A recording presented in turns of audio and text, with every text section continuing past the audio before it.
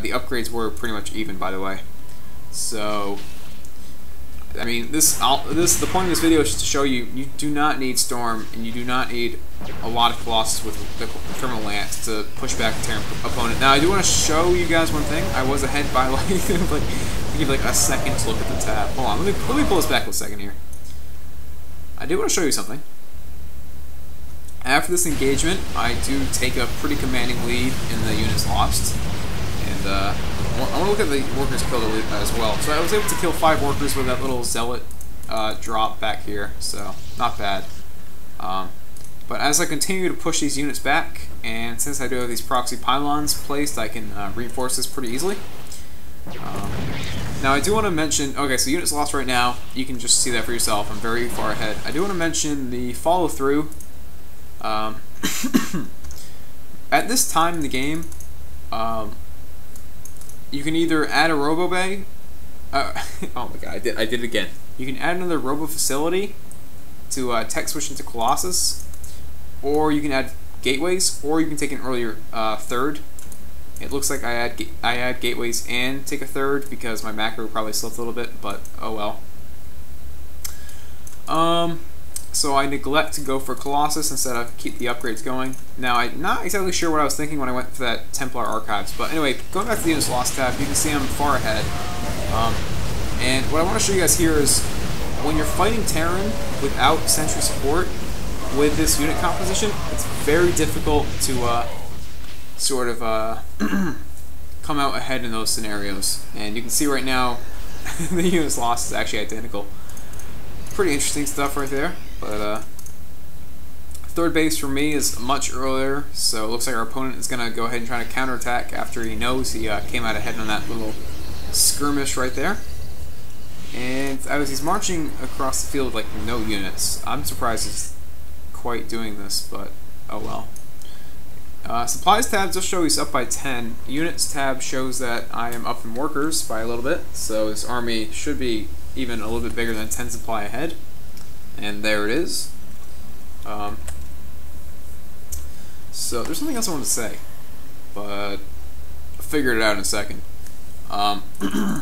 So right now it's very important to start getting some sentries out, and instead I got High Templar for an Archon.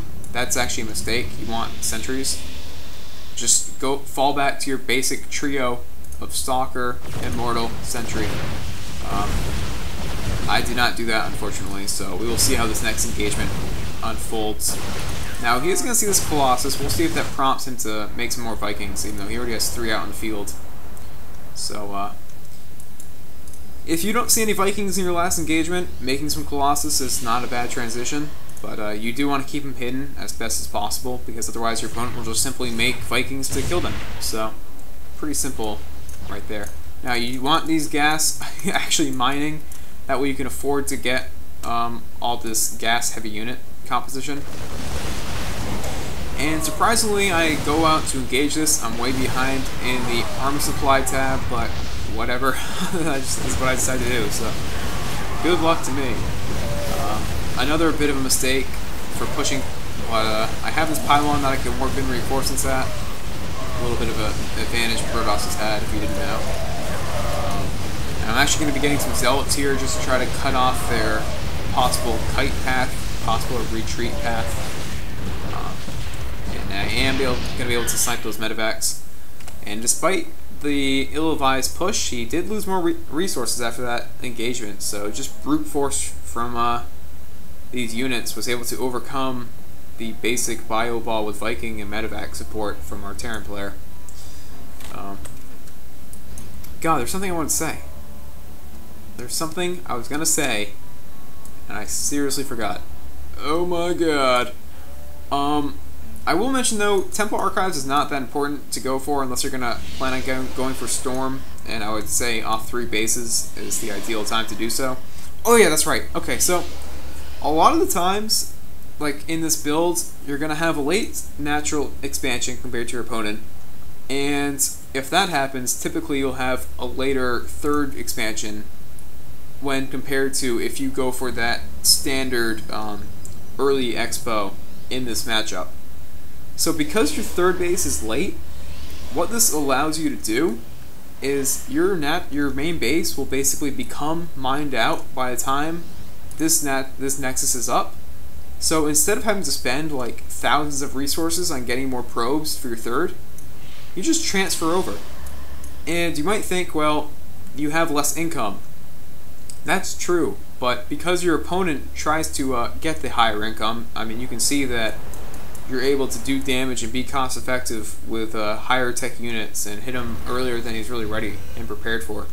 So that's sort of another idea behind this build. Also, I do want to say, checking for expansions, hidden expansions, when you're ahead is very important, because that is one way your opponent can get back into the game, is to hide in an expo, and then if you don't scout it out, you can very well likely end up losing that game.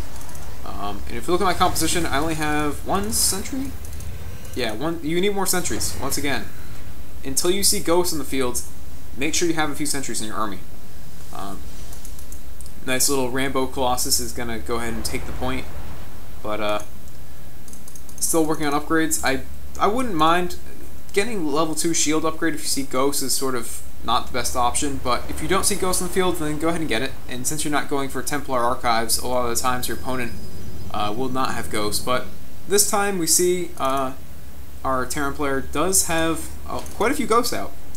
And I guess he's just expecting Archons, or did he scan this? Hold on, I want to see something. Did he scan? Okay, so he did see this, which is actually kind of interesting, because this is completely the wrong tech for this army.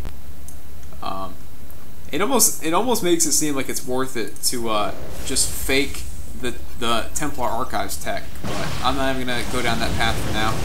Now, I come up here expecting to see a third base, but what I didn't expect was a planetary fortress, even though that is pretty standard. So what I would suggest you to do in this scenario is to force field here, kill the planetary, and then just fall back.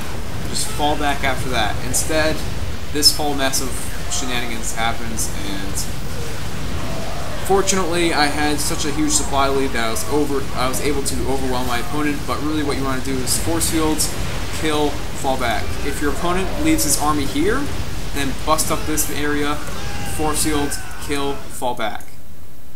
Or, better yet, what you can also do is, if your opponent leaves his army at his third, you can bust up here, force field, kill this, and then if you stay in this area, if your opponent tries to come through here, which he pretty much has to do if he wants to save his main base, you have a huge concave advantage. So that's the tricky part of this map for taking a third base, that this little thing right here just really can be your worst friend.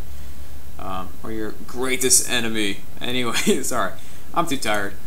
Hope you guys enjoy this game. I never got Thermal Lance again because I'm a noob, but if you do continue cost production, get Thermal Lance. Anyway, enough said about that. I do want to mention I did not leave units behind, but I did get a couple cannons instead. But yeah, if you don't have a lot of warp gates, you want to leave a couple units behind in case of drops, and I should have done that this game, but I did not. So sue me, okay? Just do it already. Just do it. Anyway, thanks for watching. I'm going crazy. This is going to be the last PvT game, and we're going to PvZ next. If you couldn't guess it, but we are. So, until next time, Primetime signing out. Thanks for watching. Hope you enjoyed it.